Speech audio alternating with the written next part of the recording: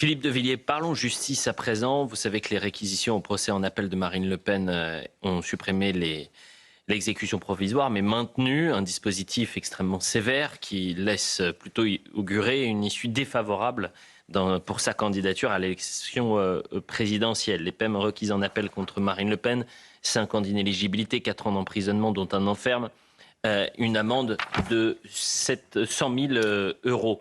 Elle a dit, Marine Le Pen, si les réquisitions sont suivies, je serai empêché de concourir à la présidentielle. Geoffroy Lejeune. Philippe, quelles réflexions vous ont inspiré ces réquisitions? C'est très simple. Il est probable que les 3 juges de siège qui auront entre leurs mains le sort de la France, le sort de l'élection présidentielle, il est probable que les 3 juges suivent la réquisition, inéligibilité, bracelet électronique. Ce qui empêche Marine Le Pen d'être candidate, soit matériellement, bracelet électronique, soit juridiquement, inéligibilité. Alors moi, ma réflexion est la suivante. C'est un coup d'État. C'est pas le premier. Il y a eu François Fillon déjà.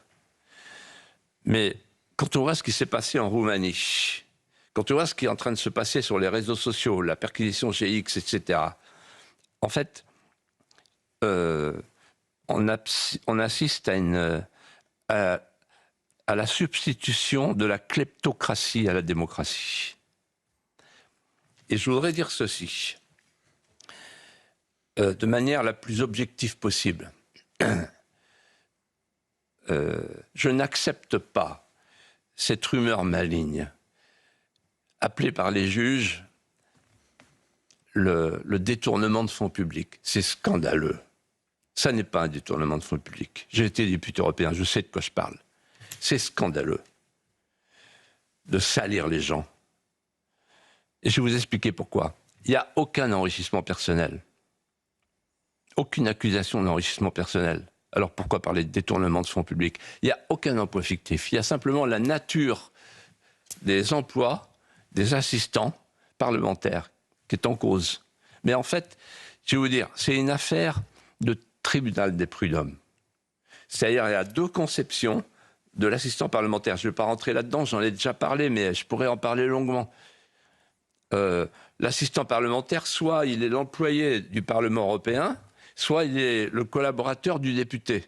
Moi, je pense qu'il est le collaborateur du député, d'autant plus que ce n'est pas un député européen, c'est un député français au Parlement européen. Donc ça ne regarde pas la Commission, ça ne regarde pas l'administration de Bruxelles, l'État, le super État profond de Bruxelles.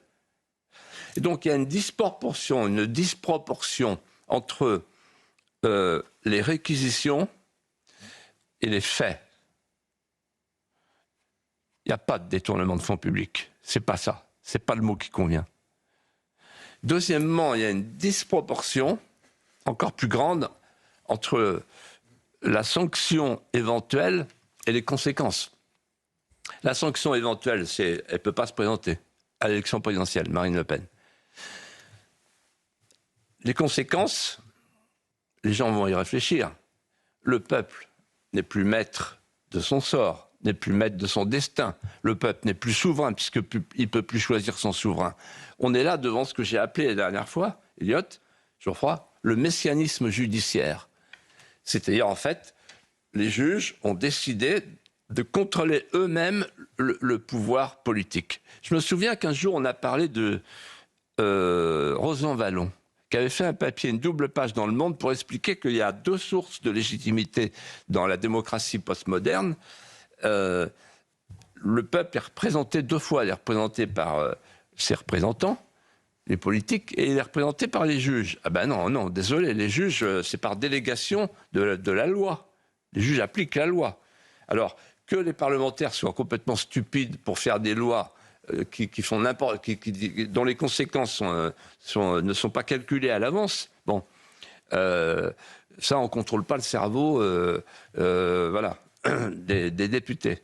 Mais en revanche, ce qui est clair, c'est que là s'installe la République des juges. C'est-à-dire que c'est la République des juges qui va décider du casting de la présidentielle. C'est un scandale d'État. Mais, vous l'avez rappelé, il s'appuie sur des textes qui ont été votés à l'Assemblée nationale. Oui, mais ce que je veux dire, Elliot... La loi Sapin, mais par vous allez exemple. vous allez voir l'effet Beaumang. Bah, bien sûr. Vous allez voir. Mais je comprends ce que vous voulez dire. Et quand les juges ne veulent pas appliquer à la lettre certaines lois, je pense par exemple aux peines penchées, ils peuvent le faire. Voilà.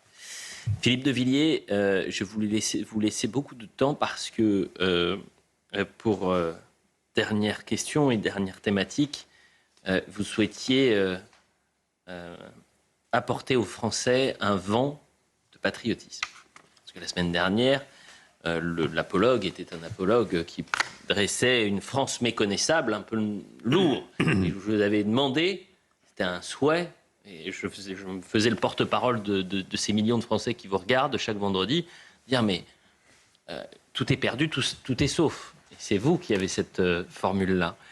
Et vous êtes allé puiser pour cet apologue dans les patries intimes de votre mémoire, de Philippe de Villiers. Quelles sont vos patries intimes? Qu'est-ce que ça veut dire? Ça, c'est un mot qui a dû traîner dans un livre que j'ai lu. J'aime bien ce mot, patries intimes. Je vais vous expliquer pourquoi. C'est qu'en fait, quand tout est perdu ou semble perdu, parce que en fait, je lisais un papier qu'on m'avait appelé dans le Figaro, une interview de Eugénie Bastier d'un monsieur Bogossian, un Américain. Le titre, c'est « Dans 100 ans, la France aura disparu ». Donc en fait, quand vous lisez ça, un papier comme ça, et que le raisonnement qui est développé et qui se déploie est assez convaincant, vous vous dites, où est-ce que je vais chercher l'espérance? Et en fait, je me dis, dans mes patries intimes. Et je vais vous expliquer pourquoi. Malraux, en fait, c'est Malraux qui m'a donné l'idée. Malraux, en fait, il a cultivé son jardin secret et il disait « J'ai mon musée imaginaire ». Il en a même fait un livre. Avec où dans ce musée imaginaire, il a déposé ses trésors cachés, ses trésors préférés, sa bibliothèque d'images. Et je me suis dit la chose suivante. Il y a, pour chacun d'entre nous, dans le fort intime, tout au fond, la place pour des lieux allégoriques, pour des liens sacrés qui peuvent nous retenir de vaciller dans nos fidélités à la terre de nos pères. Il y a dans le fort intime des patries intimes. Encore faut-il aller les chercher quand on en a besoin, pour qu'elles vous réconfortent et qu'elles vous apportent la sérénité perdue. Et moi, ma première patrie intime, c'est la définition même de la patrie. Et la meilleure définition que j'ai jamais trouvée, elle est de Saint-Exupéry, qui dit quelque part, dans une phrase aujourd'hui oubliée, la patrie c'est un domaine. Qu'est-ce donc qu'un domaine? Un sacrifice, dit-il. Celui-là seul qui aura compris ce que c'est qu'un domaine, qui lui aura sacrifié une part de soi, qui aura lutté pour sa survie, qui aura peiné pour l'embellir. Celui-là seul sait ce qu'est un domaine. Un domaine, ce n'est pas la somme des intérêts. Là est l'erreur. Un domaine, c'est la somme des dons. Saint-Exupéry. La somme des dons.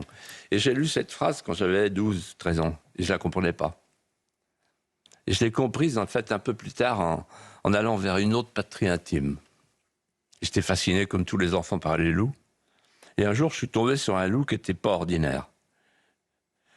Un loup qui n'était pas cruel. Un loup apprivoisé par Alfred de Vigny, le grand poète. la mort du loup. C'est-à-dire, en fait, Alfred de Vigny, il a transformé un loup prédateur en un loup donateur. Avoir ce que l'on perd quand on quitte la terre, seul le silence est grand, tout le reste est faiblesse. Fais énergiquement ta longue et lourde tâche, dans la voie où le sort a voulu t'appeler, puis après, comme moi, souffre et meurt sans parler. Et par-delà le don, la somme des dons, il y a évidemment, justement, mourir sans parler. Dans les patries intimes, il y a les patries charnelles, Péguy. Et pour moi, le vers de Péguy qui reste dans mes patries intimes, c'est ce vers trop connu, mais qu'on se répète en se disant c'est extraordinaire parce qu'il fait des vers comme il rempaille les chaises. Heureux ceux qui sont morts, car ils sont retournés dans la première argile, la première terre. Heureux ceux qui sont morts dans une juste guerre. Heureux les épis mûrs et les blés moissonnés. Les épis mûrs, les blés moissonnés. Qu'est-ce qu'un épi mûr? C'est un héros sacrifié, qui s'est sacrifié pour la France. Et là, il y a une autre patrie intime, qui m'est chère. J'ai la photocopie chez moi, que je lis souvent, dans mon tiroir gauche. C'est la dernière lettre d'un héros de la Résistance, un héros français, qui s'appelle Honoré d'Estendorf. C'est la dernière lettre à ses enfants. Il est à Fresnes, en prison. C'est la veille de son exécution, on vient de le prévenir. Et dans la nuit qui précède l'exécution, il écrit à ses enfants. Et il leur dit ceci, c'est sublime. Mes chers enfants, il me faut maintenant penser à dormir un peu, c'est demain matin. Ne songez jamais à me venger. Je n'ai voulu que la paix et la liberté retrouvée pour la France. Dites-leur que je meurs pour elle et que j'espère que mon sacrifice servira à la France. Je vous embrasse, mes chers enfants, avec ma tendresse chérie. Honoré d'Estendorf, votre papa. Et cette patrie intime me fait penser à l'autre bout du maquis, dans le même maquis, quelqu'un qui pense différemment, mais qui aime la France de la même manière, Aragon, avec ce mot que je répète souvent. Vous pouvez condamner un poète au silence et faire d'un oiseau du ciel un galérien. Mais si vous lui refusez d'aimer la France, sachez que vous n'y pouvez rien. Et puis, la patrie intime que je cultive lorsque je marche dans la nature, dans la campagne, et j'invite tous les enfants à faire de même. On a des milliards de Français sous nos pas, qu'on a oubliés. Et celui qui a le mieux repris cette idée de la terre féconde, de la terre qui féconde la mémoire, c'est Benjamin Fontaine, mort à Auschwitz, et qui a laissé un poème qui est arrivé jusqu'à sa famille et jusqu'à nous. C'est à vous que je parle, homme des antipodes. Je parle d'homme à homme, avec le peu en moi qui demeure de l'homme, avec le peu de voix qui me reste au gosier. Un jour viendra, c'est sûr, de la soif apaisée, nous serons au-delà du souvenir. Alors, sachez que j'avais un visage, comme vous, une bouche qui priait comme vous, Quand une poussière ou bien un songe entrait dans l'œil, il écoulait un peu de sel. Et quand une épine mauvaise égratignait ma peau, il écoulait un sang aussi rouge que l'autre. Mais quand je serai sous vos pieds un bouquet d'orties, souvenez-vous, mortel de ce jour-là, que j'étais innocent et que j'avais comme vous un visage marqué par la colère, par la pitié, par la joie, un visage d'homme, tout simplement. Eh bien, merci Philippe de Villiers pour cette nouvelle émission et pour cette hymne aux patriotes et ces patries intimes. Peut-être qu'un jour, dans les écoles, on demandera aux élèves quelles sont vos patries intimes. Nous, dans ma génération, on ne m'a pas demandé ça, malheureusement, dirais-je. Un grand merci Philippe de Villiers, un grand merci à vous également Geoffroy Lejeune. On se retrouve bien sûr dans un instant pour la suite de notre antenne sur CNews. Ce sera l'heure des pros, à tout de suite.